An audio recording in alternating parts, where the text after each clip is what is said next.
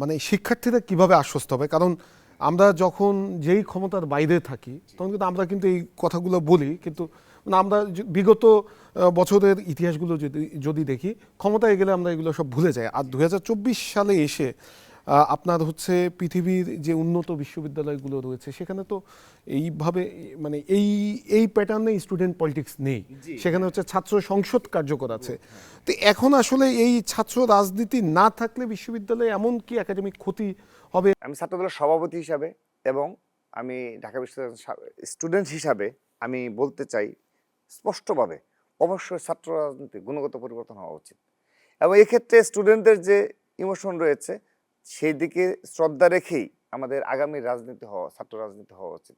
অবশ্যই গুণগত পরিবর্তন হতে হবে এবং উন্নত বিশ্বে যে ধরনের স্টুডেন্ট পলিটিক্স অবশ্যই এবং ছাত্র সংসদের মাধ্যমে ছাত্র রাজনীতি পরিচালিত হওয়া উচিত বলে আমি মনে করি। এবং আমরা ছাত্রদল আনুষ্ঠানিকভাবে ঘোষণা করছি যে ছাত্র সংসদ যেন অতি শীঘ্র যেন হয়, সে বিষয়ে আমাদের রুটম্যাপে রয়েছে। আমরা খুব শীঘ্রই আমাদের রূপরেখা প্রকাশ করব। সেখানে আমরাও খুব দ্রুততম সময়ে সাধারণ শিক্ষার্থীদের মতো আমরাও দ্রুততম সময়ে ছাত্র সংসদ নির্বাচন চাই এবং অতীতের ছাত্র রাজনীতি থেকে কালচারকে বিলুপ্ত করে নতুন ধারার ছাত্র রাজনীতি ক্যাম্পাসে প্রচলিত থাকুক, সেটি বিষয়ে আমি ব্যক্তিগত মনে করি অবশ্যই প্রয়োজনীয়তা রয়েছে।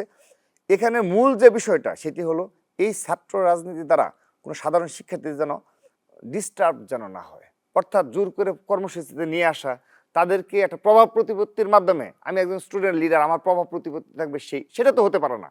এই ধরনের কালচার এই দেশ থেকে বিলুপ্ত হতে হবে। প্রোটোকল, কোনো প্রোটোকল দেয়া, বাইক শোডাউন। এবং আমি আপনাকে বলে দিই, আমরা ইতিমধ্যে সারা বাংলাদেশে, শুধু ঢাকা বিশ্ববিদ্যালয় নয়, সারা বাংলাদেশে এই বাইক শোডাউন নিষিদ্ধ করেছি। কেন? এখনকার যে বর্তমান যে সময়টা, সেই সময় অনুযায়ী আমরা সারা বাংলাদেশে সকল ধরনের বাইক শোডাউন নিষিদ্ধ করেছি।